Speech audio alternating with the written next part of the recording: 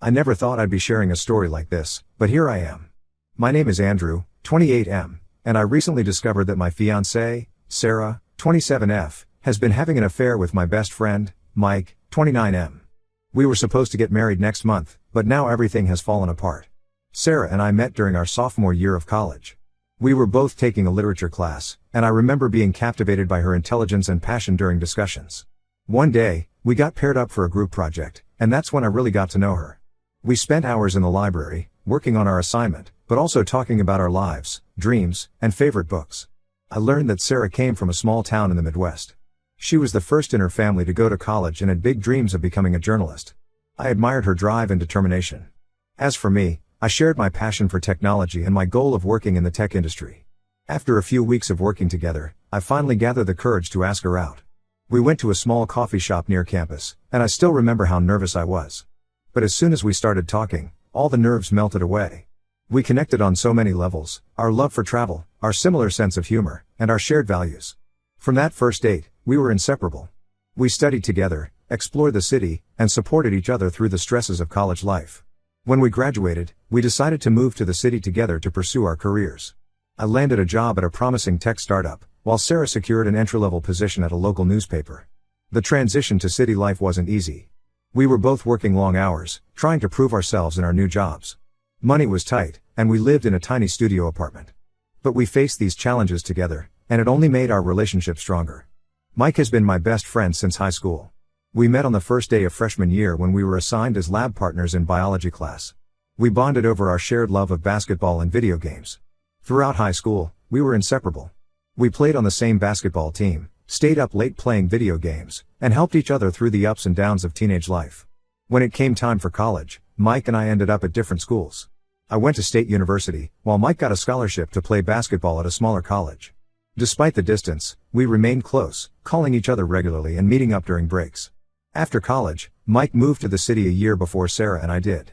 When we arrived, he helped us settle in, showing us around and introducing us to his friends. The three of us started hanging out regularly. We'd have movie nights, try new restaurants, and go on weekend trips together. I was thrilled that my best friend and my girlfriend got along so well. Last year, on our 5th anniversary, I decided to propose to Sarah. I planned a surprise weekend getaway to the beach where we had our first vacation together. I proposed at sunset, and when Sarah said yes, I felt like the luckiest man alive. We called our families and friends to share the news, and everyone was thrilled for us. We dove into wedding planning with enthusiasm. We found a beautiful venue, a rustic barn on the outskirts of the city that could accommodate our 150 guests. Sarah and I spent weekends tasting cakes, choosing flowers, and crafting our perfect playlist. Mike was going to be my best man, and he threw himself into planning an epic bachelor party. About 2 months ago, I started noticing some changes in Sarah's behavior. She was always on her phone, smiling at texts, and being secretive. When I asked her about it, she brushed it off, saying it was work-related. I trusted her completely, so I didn't push the issue. Looking back, I feel foolish for not seeing the signs.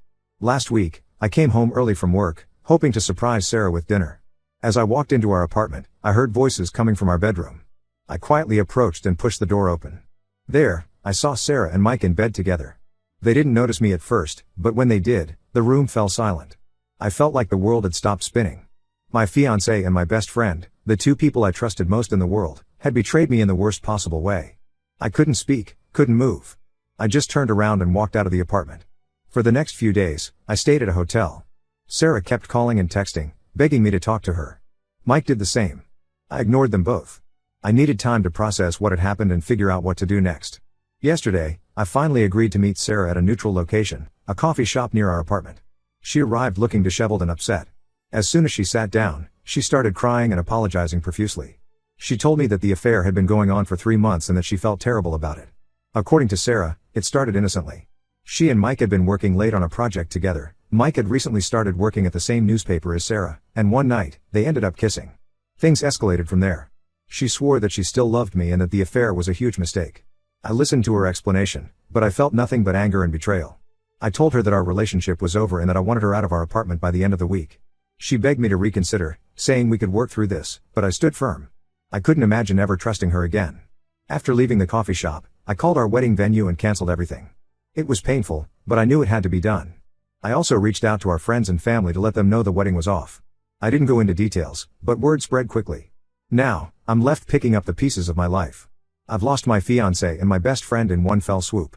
Our friends are divided, with some taking sides and others trying to stay neutral. I'm dreading going back to work and facing everyone's questions and pitying looks.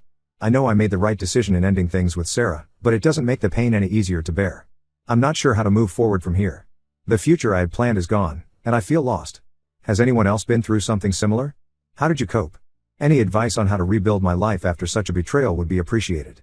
Update 1. It's been about a month since my last post, and a lot has happened. I want to thank everyone for their support and advice. It really helped me get through some tough days. After Sarah moved out of our apartment, I decided to take some time off work and visit my parents. Being in my childhood home, surrounded by people who love me unconditionally, gave me the space I needed to start healing. My mom, always the nurturer, made sure I was eating well and getting enough rest. My dad, usually a man of few words, surprised me with his emotional support. We spent evenings talking on the porch, reminiscing about happier times and discussing my future. While I was there, I received a surprising call from Mike's girlfriend, Lisa, 28F. I hadn't even known Mike was in a relationship, which shows how much he had been hiding. Lisa told me she had found out about the affair around the same time I did, and she wanted to meet up to talk. We met at a local park near my parents' house. Lisa looked as broken as I felt. She shared her side of the story, and I was shocked by the extent of Mike's deception. Apparently, Mike had been lying to both of us for months. He told Lisa he was working late when he was actually with Sarah, and he told Sarah he had broken up with Lisa when they were still very much together. Lisa and I spent hours talking, sharing our pain and anger. It was cathartic to speak with someone who understood exactly what I was going through. We've since become friends, supporting each other through this difficult time. We text regularly, checking in on each other and offering words of encouragement. When I returned to the city, I found out that Sarah and Mike had both quit their jobs at the newspaper. Rumor has it that their affair had become common knowledge at work, and they left to avoid the scandal. I'm not sure where they are now, and honestly, I don't care. Going back to work was challenging. My colleagues were supportive, but I could feel their pitying looks and hushed conversations when they thought I wasn't paying attention. My boss, understanding the situation, allowed me to work from home a few days a week, which helped ease the transition. I've started seeing a counselor to help me work through my trust issues. It's been helpful to have a neutral party to talk to, someone who can give me strategies for dealing with my anger and hurt. We've been exploring the roots of my trust issues, going back to my parents' divorce when I was a teenager. I never realized how much that experience had affected my ability to trust until now. One positive thing that's come out of this mess is that I've reconnected with old friends. When the news of what happened spread, several people I had lost touch with reached out to offer their support. My college roommate, Jake, who now lives across the country, has been calling me regularly. We've been reminiscing about our college days and planning a reunion trip for next year. I've also thrown myself into my work and picked up a new hobby, rock climbing. The physical challenge helps clear my mind, and I've met some great people at the climbing gym. There's something therapeutic about focusing all my energy on solving a climbing problem, leaving no room for negative thoughts. There are still days when the pain feels overwhelming. Sometimes I'll catch a whiff of Sarah's perfume on an old sweater, or I'll come across a photo of Mike and me from happier times. These moments hit me hard, but they're becoming less frequent. I'm slowly learning to trust again, starting with trusting myself and my judgment. I'm working on forgiving myself for not seeing the signs earlier and for being so blindly trusting. It's a process, but I'm making progress.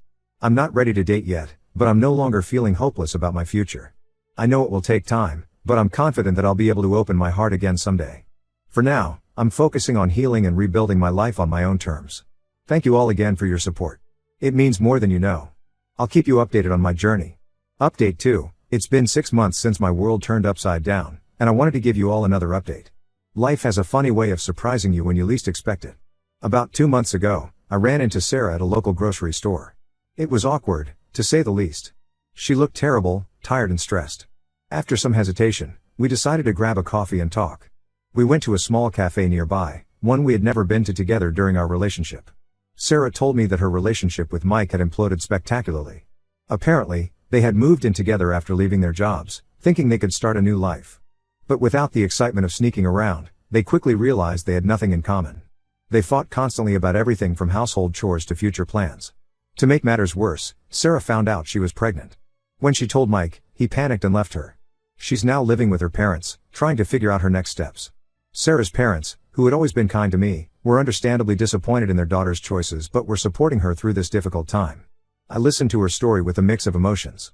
Part of me felt a twisted sense of satisfaction that their relationship had failed so miserably. But another part of me felt sorry for Sarah. She had made terrible choices, but she was clearly suffering the consequences. After our talk, I walked away feeling lighter. Seeing Sarah and hearing about the mess she'd made of her life gave me closure in a way I hadn't expected. I realized I was truly over her and ready to move on. In other news, Lisa and I have grown closer over the past few months. What started as a friendship born out of shared pain has evolved into something more. We've been dating for about a month now, taking things slow and being very open with each other about our fears and insecurities. It's scary to open my heart again, but Lisa understands my hesitation.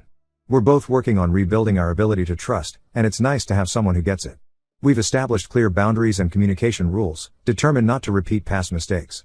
Work has been going well. I got a promotion last month, which has been a welcome distraction. My new role involves more responsibility and creative input, which I'm enjoying. It's nice to feel valued and successful in my professional life, especially after the turmoil in my personal life.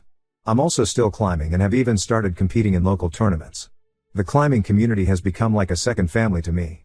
We push each other to improve, celebrate each other's successes, and support each other through the tough times. I've learned a lot about myself through this experience. I'm stronger than I ever knew, and I'm proud of how I've handled this situation. I'm looking forward to the future with cautious optimism. Update 3. It's been a year since my original post, and what a year it's been. I want to thank this community once again for all the support you've given me throughout this journey. Lisa and I are still together and going strong. We moved in together last month, which was a big step for both of us. We found a cozy apartment in a new neighborhood, giving us a fresh start away from the memories of our past relationships. We've had our ups and downs, but our shared experience has made our relationship stronger.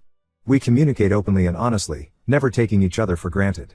I ran into Mike a few weeks ago at a coffee shop. He tried to apologize, but I told him I wasn't interested in hearing it. I've forgiven him in the sense that I no longer carry anger towards him, but I made it clear that we would never be friends again. It was a brief encounter, but it felt good to stand my ground. Seeing him reminded me of how far I've come in my healing process. Sarah gave birth to her baby girl 3 months ago. She reached out to let me know, not asking for anything, just sharing the information. I wished her well but maintained my distance. I heard through mutual friends that she's struggling as a single mom but is determined to make it work. Her parents are helping her, and she's slowly rebuilding her life and career. As for me, I'm in a good place. My job is challenging and rewarding, and I've made some great friends through climbing.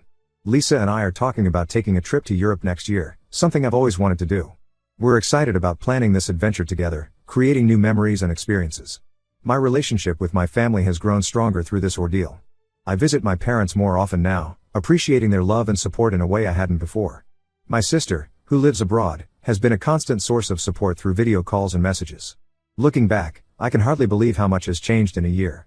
The pain of betrayal has faded, replaced by gratitude for the life I have now. I've learned valuable lessons about trust, self-worth, and resilience. While I wouldn't wish this experience on anyone, I can acknowledge that it has shaped me into a stronger, more self-aware person. To anyone going through a similar situation, know that it does get better.